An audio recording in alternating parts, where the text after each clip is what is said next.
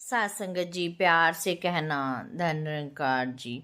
साथ संगत जी, यदि हम भजन सत्संग में भजन गाते हैं या फिर सिमरन करते हैं या फिर सेवा करते हैं, प्यारी साथ संगत जी, सबका ही मतलब एक ही है कि हमें सतगुरु की यादें रखनी है, सतगुरु को अपने करीब रखना है। प्यारी साथ संगत जी, यदि हम भजन बोल लेते हैं तो हमें सतगुरु पास दिखाई देते हैं और हमें सतगुरु की याद आ जाती है। ऐसे ही जब हम सिमरन करते हैं तब भी हमें निरंकार साथ दिखाई देता है। यदि हम सेवा भाव से करते हैं तो भी हमें हमारे दिल में एक सतगुरु की याद रहती है। प्यारी साथ संगत जी, ये तो एक भजन बनाए हैं तो एक सतगुरु को ही याद करने के लिए बनाए हैं। साथ संगत जी, ऐसे ही एक बार की बात है कि एक साधु था। प्यारी साथ संगत जी, वह भगवे कपड़े पहनता था। एक बार प्यारे साथ संगत जी, वो भगवे कपड़े, प्यारे साथ संगत जी, साधु का मतलब यही होता है कि वो अपनी कपड़ों पे ध्यान देते हैं कि हमने भगवा डालना है। कई संतों को तो प्यारे साथ संगत जी को, साधुओं को अपने मन में कोई भक्ति भाव नहीं होते, बस सिर्फ वो अपने कपड़ों को ही मान लेते हैं कि एक भक्त बन गए हैं, एक साधु बन गए हैं। प्यारे साथ संगत जी, ऐसे ही वो एक साधु थे।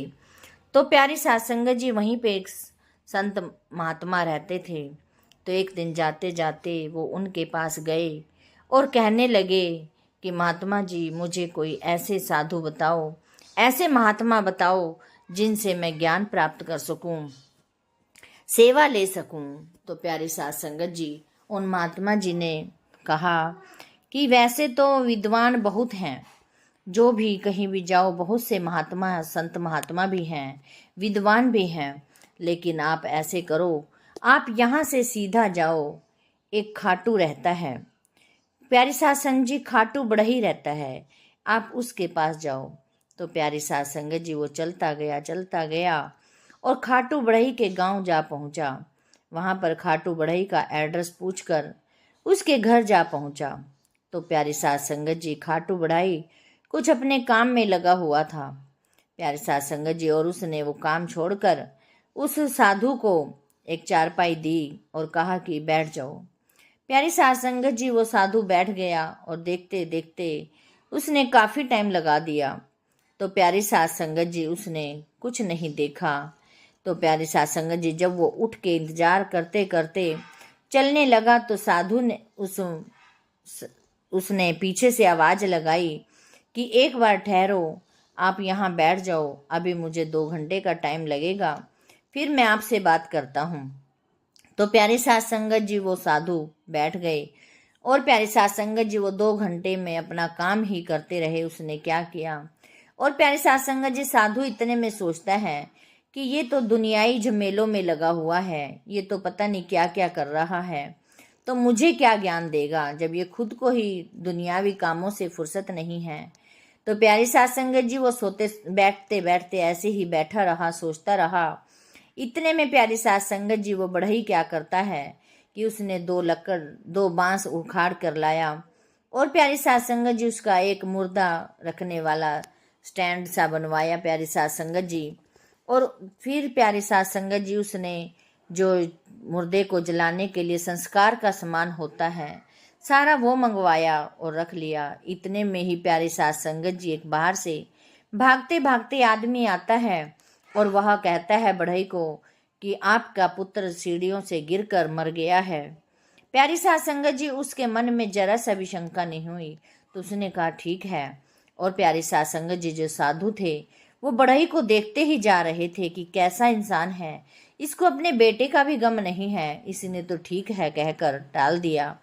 तो प्यारी साथ संगत जी, इतने में साधु ने उससे पूछा बढ़ई से कि आप मुझे ये बताओ कि जब आपको पता ही था पहले कि मेरा बेटा मरने वाला है, मेरा बेटा मरेगा, तो आपने पहले उसको क्यों नहीं बचाया। तो प्यारी साथ संगत जी, साधु ने, बढ़ई ने बहुत ही अच्छा उत्तर दिया।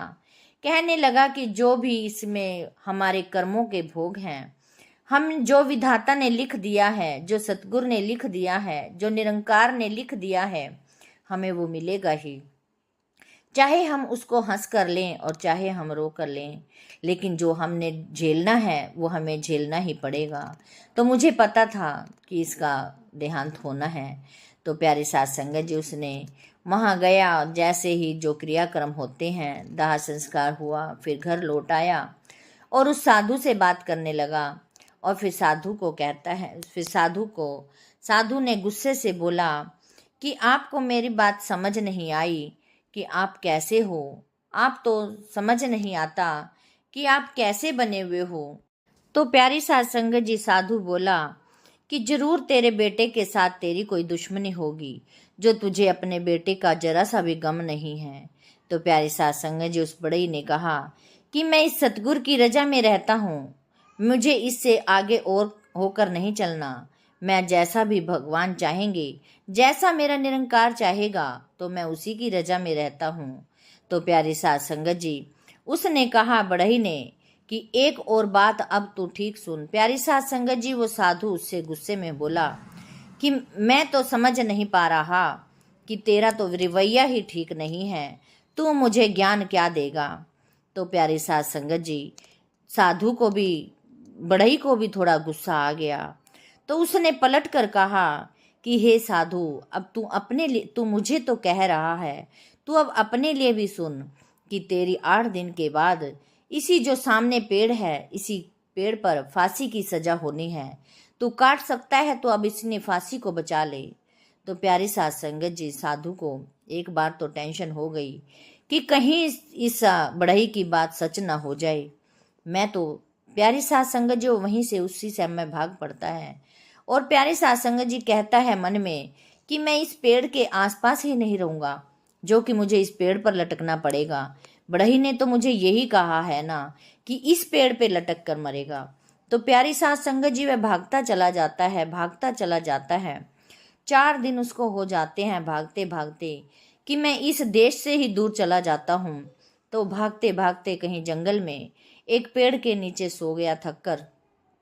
साथ संगत जी, जैसे ही उसकी नींद खुली, उसको याद नहीं रहा रास्ता कि मैं इधर से आया था या इधर से। प्यारे साथ संगत जी, 4 दिन के बाद वो साधु वापिस वहीं उसी रास्ते भाग पड़ा। और प्यारी साथ संगत जी, भागते भागते भागते भागते 4 दिन के बाद फिर उसी पेड़ के नीचे आकर लेट गया। और प्यारी साथ संगत जी लेटा तो उसकी आंख लग गई। साथ संगत जी, पास के गांव में ही एक चोरी हुई। वहां से प्यारी साथ संगत जी, 3-4 चोर सोना जेवरात लेकर भाग निकले। और प्यारी साथ संगत जी, उसी पेड़ के नीचे आकर अपना बंटवारा करने लगे। और बंटवारा करते करते उनके पास एक सोने की चैन एक्स्ट्रा हो गई। प्यारी साथ संगत जी, जो ज्यादा थी, तो उन्होंने सोचा कि यह अब हम तोड़कर बांट लेते हैं। लेकिन वो चैन बहुत सुंदर थी, इसीलिए उन्होंने ये सोचा कि इसको तोड़ा ना जाए, क्यों ना ये साधु लेटा हुआ है, थोड़ा दान पुण्य भी हो जाएगा। तो उसने उसके गले में डाल दी। साथ संगत जी, जैसे ही चोर को सिपाही ढूंढते ढूंढते उस पेड़ तक पहुंच गए। साथ संगत जी, उस साधु की जब गले में चेन देखी तो सिपाहियों ने कहा कि चोरी तो इसी ने की है।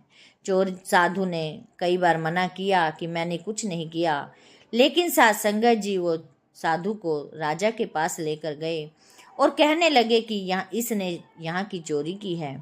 तो प्यारी साथ संगत जी, वो पुराना समय था, उस समय एक थोड़ी सी चोरी की भी सजा यही होती थी कि उससे बिना पूछे ही सजा दे दी जाती थी, मौत की। तो ऐसे ही प्यारी साथ संगत जी, राजा ने उसको हुक्म दे दिया कि इसको फांसी की सजा दी जाए। प्यारी साथ संगत जी, और फांसी भी उसी पेड़ पर ही लटकनी थी। प्यारी साथ संगत जी, साथ संगत जी जैसे ही उसको दरबान लेकर आए वहां पर फांसी के लिए, तो एक आखिरी इच्छा पूछी जाती है मरने वाले से। तो उन्होंने मरने वाले से पूछा कि तुम्हारी आखिरी इच्छा है क्या कोई। तो फिर वो उसने कहा कि हाँ, मैं बढ़ई से मिलना चाहता हूँ। प्यारी साथ संगत जी, बढ़ई को बुलवाया गया और पैरों में कहने लगा वो साधु कि मुझे तो नहीं लगता था कि आप इतने अच्छे संत महात्मा हैं, लेकिन आपकी इस बातों ने, इन सजाओं ने सारा कुछ मुझे सच दिखा दिया। अब वो प्यारी साथ संगत जी, उसके पैर पड़ गया और कहने लगा कि मौत तो आपके मुताबिक मिल रही है मुझे। आप चाहो तो अब ये मेरी मौत को कटवा भी सकते हो। सात संगत जी ऐसे ही अब वो कहने लगा कि मेरे हाथ में तो कुछ नहीं है, मुझे तो अपने सतगुरु के पास जाना होगा, मुझे तो अपने सतगुरु से पूछना होगा कि इससे क्या कैसे इसकी दूर हो सकती है। तो प्यारी सात संगत जी बढ़ई अपने सतगुरु को फरियाद करने लगे, विनती करने लगे। सात संगत जी अभी वो विनती कर ही रहे थे, तो इतने में ही प्यारी सात संगत जी वहां पर राजा के पास पता चला, सिपाही आए, उन्होंने कहा कि जिन्होंने चोरी की थी वो चोर पकड़े गए हैं और उन्होंने अपना कबूल भी कर लिया है। तो सात संगत जी फिर राजा ने उस साधु को छोड़ दिया और उसकी फांसी बच गई। सात संगत जी वह साधु बढ़ई के पैरों में पड़ गया कि आप तो सच्चे ज्ञानी हो, आप तो सच्चे विद्वान हो। और प्यारी सात संगत जी वो बढ़ई के साथ फिर उनके गुरु के पास गया। वहीं पर प्यारी सात संगत जी उन्होंने सतगुरु का ज्ञान लेकर और प्यारी सात संगत जी सतगुरु के साथ लग गया। सात संगत जी हमें अपने सतगुरु के जो कर रहे हैं बाबा जी, जो प्यारी सात संगत जी हमें अपने सतगुरु के कार्यों में प्यारी सात संगत जी अड़चन नहीं डालनी। जो प्यारी सात संगत जी निरंकार कर रहा है बहुत ही अच्छा हो रहा है, हमें हर समय शुक्र करना है, शुक्र के साथ गुजार करनी है प्यारी सात संगत जी। सात संगत जी दासी को भी यही सुमित दो तो कि दासी भी प्यारी सात संगत जी कहीं डगमगाए ना और सेवा सिमरन सत्संग के साथ जुड़ी रहे। सात संगत जी दासी के इस चैनल को सब्सक्राइब प्यारी सात संगत जी जरूर कर देना और प्यारी सात संगत जी अभी ही कर देना, ताकि प्यारी सात संगत जी दासी आपसे जुड़ी रहे और आशीर्वाद लेती रहे। सात संगत जी प्यार से कहना, धन निरंकार जी। सात संगत